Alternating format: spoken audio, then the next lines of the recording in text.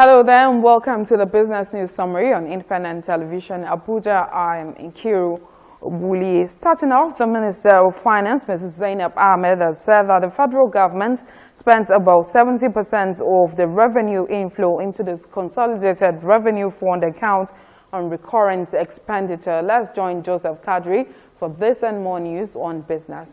The federal government says it spends about 70% of the revenue inflow into the Consolidated Revenue Fund account on recurrent expenditure. The Minister of Finance, Mrs. Zainab Ahmed, disclosed this in a presentation made at a retreat on the Integrated Personnel and Payroll Information System. The Consolidated Revenue Fund is an account that is owned and managed by the federal government, where all its revenues are paid.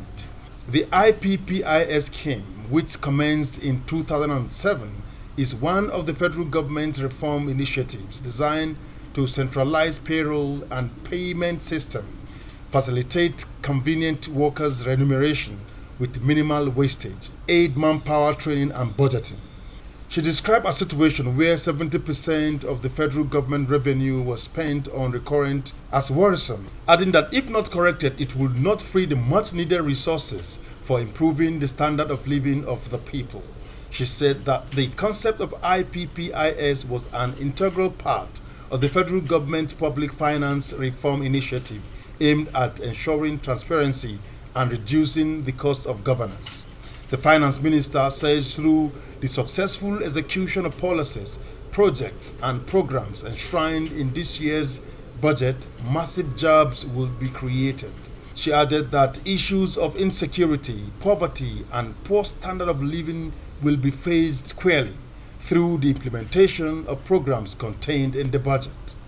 In his comment at the event, the Accountant General of the Federation, Alhaji Ahmed Idris, notes that between 2017 and 2018, the sum of 197 billion naira was saved from the removal of ghost workers from the government payroll. Giving a breakdown of 197 billion naira, Ahmed explained that the sum of 67 billion naira was saved in 2017, while the balance of 130 billion naira was saved in the 2018 fiscal period. In NNPC, the Nigerian National Petroleum Corporation is in the process of establishing a condensate refinery that will produce premium motor spirit, also known as petrol. The corporation, in a report, has completed a feasibility studies on the refinery and facility would utilize the huge amount of condensate in Nigeria for the production of petrol. The corporation's Group General Manager, Greenfield Refineries Department, Sanusi Usman, in a report put together by the NNPC, shows that the condensate refinery would particularly focus on the production of PMS, in contrast to what obtained in other conventional refineries. He says conventional refineries are set up to process crude oil into multiple products such as PMS, known as petrol, HHK, known as kerosene, and NGO, known as diesel, and other products. He noted that Nigeria is dealing with high volumes, hence the need to build different units to process and upgrade the quality of the various products. According to Usman, Nigeria has a lot of condensates like gas in liquid form, adding that in most cases it comes out with crude oil. But there are some cases where the condensate being produced alone. In addition, he says that Nigeria does not blend some crude oil with condensate and sell, but condensate is not calculated as part of country's production in Organization of Petroleum Exporting Countries (OPEC) quota. By including condensate as part of production, Nigeria is actually losing some volumes of crude oil. The Nigerian Electronic Fraud Forum has disclosed that a total of 63,895 bank customers lost 3.6 billion naira to cyber fraud in 2 years, 2017 and 2018. Let's join Osaoname Bizwe for more business news. The chairman, NEF, Sam Okorjere, who is also the director, Payment System Management Department of the Central Bank of Nigeria, disclosed this while presenting NEF's 2018 annual report on emerging fraud threats and evaluation of the industry's cybersecurity posture in Lagos. He said in the latest Nigeria Interbank Settlement System Fraud Landscape Report, it was reported that an actual loss of 2 billion naira was suffered by the industry in 2018, compared to 1.6 billion naira in the preceding year. He further said the volume also increased to 38,852 from 25,043 reported in 2017. On these figures, the mobile channel recorded the highest volume and value, with an estimate of 11,492 in volume and 598.8 million naira in actual loss value, calling for concerted efforts by all stakeholders to tame future escalation. Meanwhile, about 16,536 private organizations got the National Pension Commission's compliance certificate in the 2018 financial year. The Commission disclosed this in its update on compliance of the contributory pension scheme by the private sector employers. The Commission noted that declared firms had remitted the workers' pension deductions into the retirement savings accounts with their respective pension fund administrators. It stated that in the fourth quarter of 2018, the Commission received 3,046 applications for the issuance of pension compliance certificates, out of which 2,044 were approved and issued, while 1,002 applications were rejected for failing to meet appropriate requirements. Part of the report read, accordingly, the sum of 7.42 billion naira was remitted into the retirement savings accounts of 966,155 employees of the 2,044 organizations. And the federal government is currently gathering data and investigating the accounts of individuals and corporate entities currently involved in the smuggling and dumping of textile materials in Nigeria. Let's join A.B. Yomo for the details of this and more on Business News. The federal government is currently gathering data and investigating the accounts of individuals and corporate entities currently involved in smuggling and dumping of textile materials in Nigeria.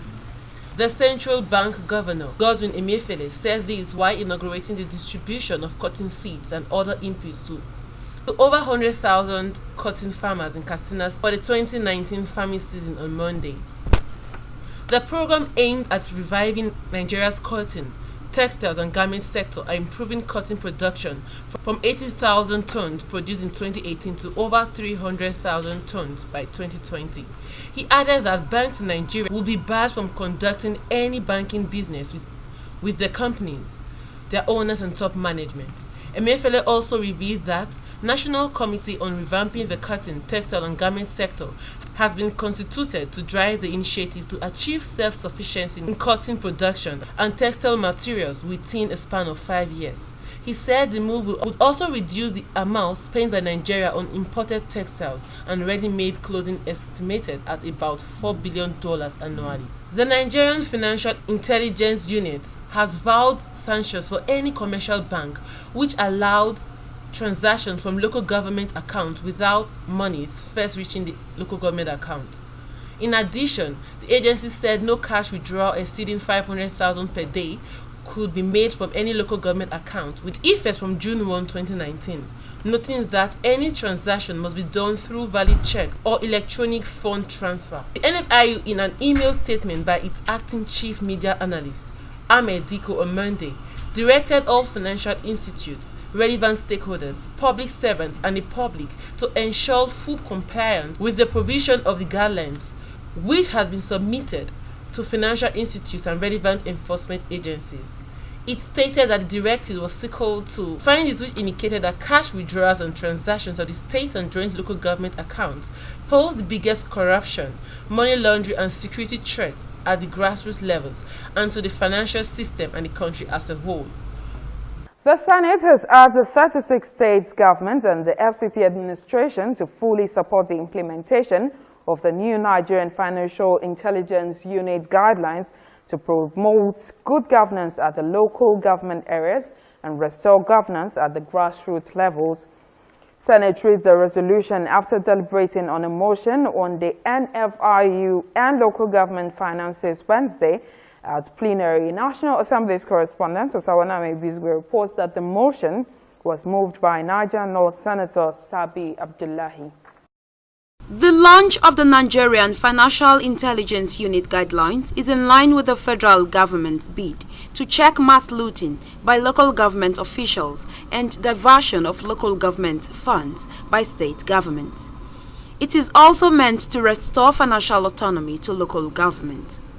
Leading the debate, sponsor of the motion, Senator Sabi Abdullahi, said checking corruption in government is the driving force behind the launch of the new NFIU guidelines. The Senate recognized that the federal government is alarmed by the continuous pillage of cash allocated to local councils across the state by state government through the state joint local government accounts and the stark reality of poor governance in the grassroots top tier of government and its attendant role in the challenges of poverty, unemployment, rural banditry, kidnapping and other social vices. In their separate contributions, lawmakers expressed support for the new NFIU guidelines, saying it will help in the delivery of good governance at the grassroots. They added that the prospect of ensuring autonomy for local government areas is a welcome development. The local government today, as they exist, cannot function effectively because they don't have funds. The governors are not giving them the funds that they get from the federation account. If we succeed in ensuring this, more than 60% of the problem of corruption of this country will have been solved, with the greatest respect. Because with what we are seeing, sir, and what we have had, it is only fair that we ask ourselves whether we can continue along this line.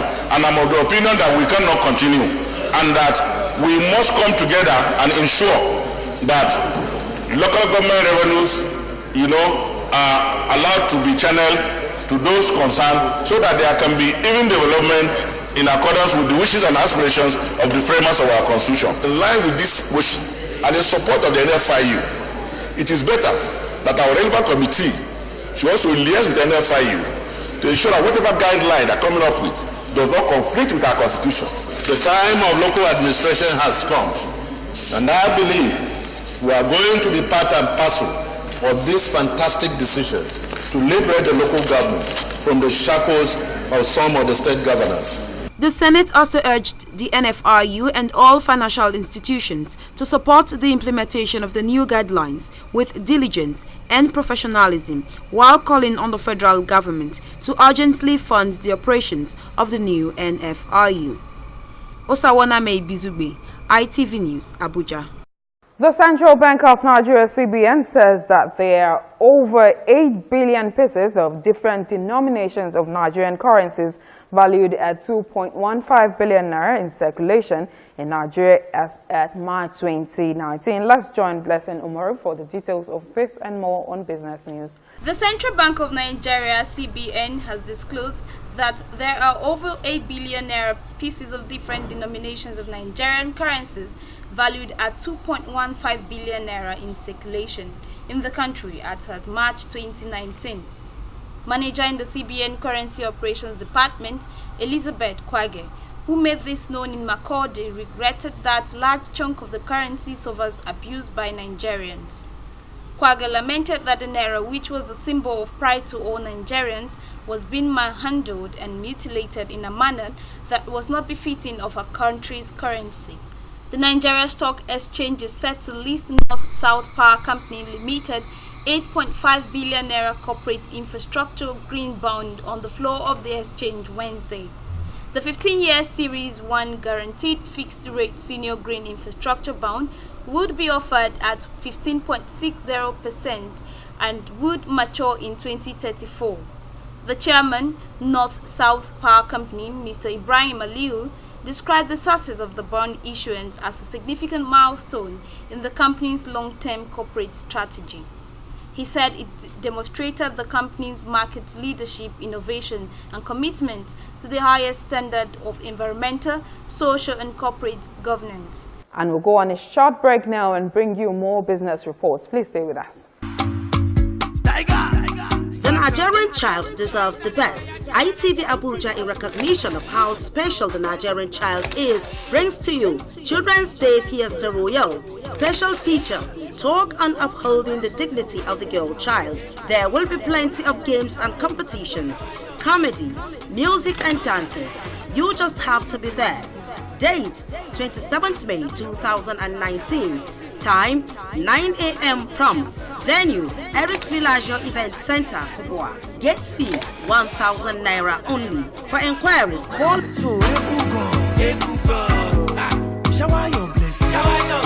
want this morning. ITV Children's Fiesta Royale.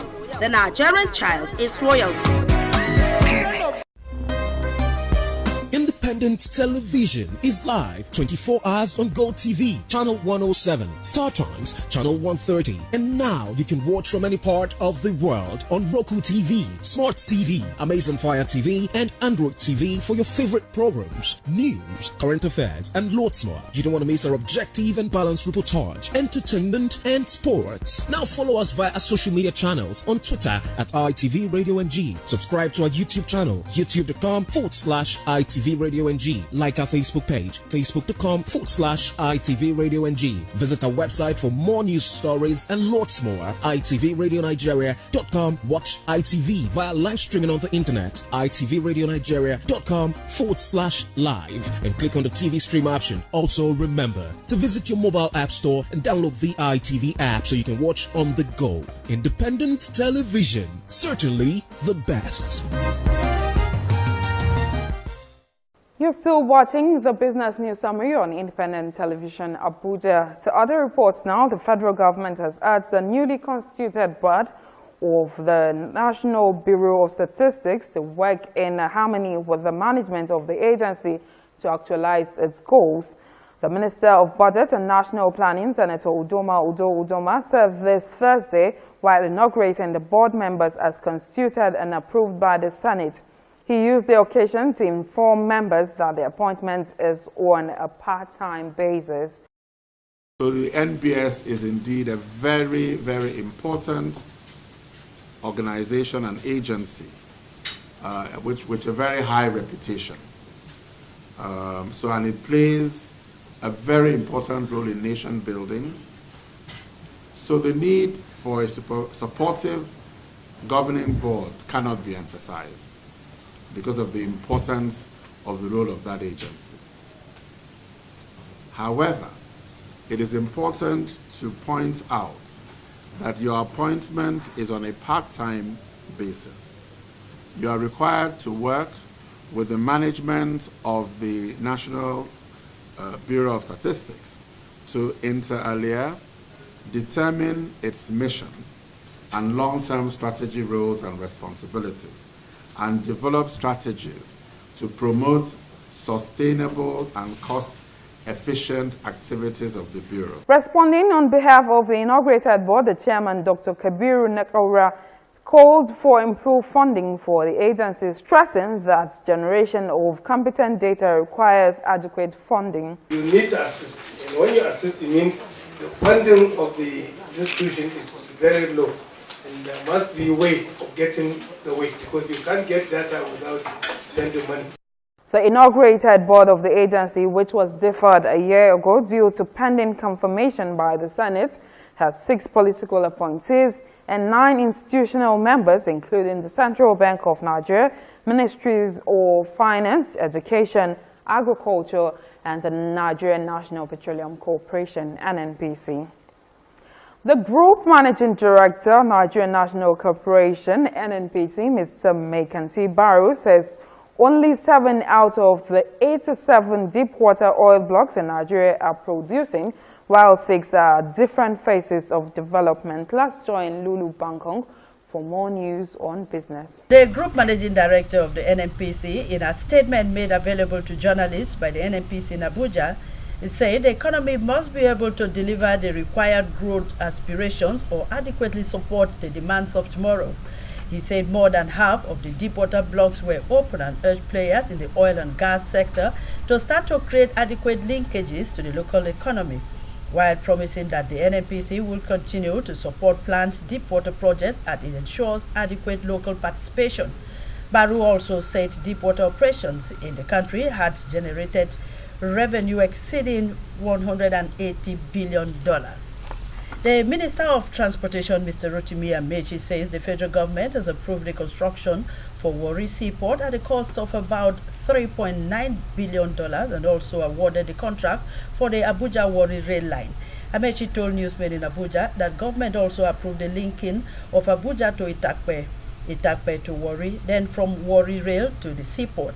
He, however, said that about $45 billion was needed to complete rail development in the country, adding that once Lagos-Kano, Port Harcourt-Maiduguri, Lagos-Calabar and Abuja-Warri rail lines were constructed, the rail would have covered the country.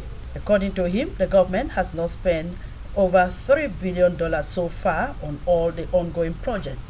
That's the size of our package. Many thanks for tuning in. I am Nkiru Obuli.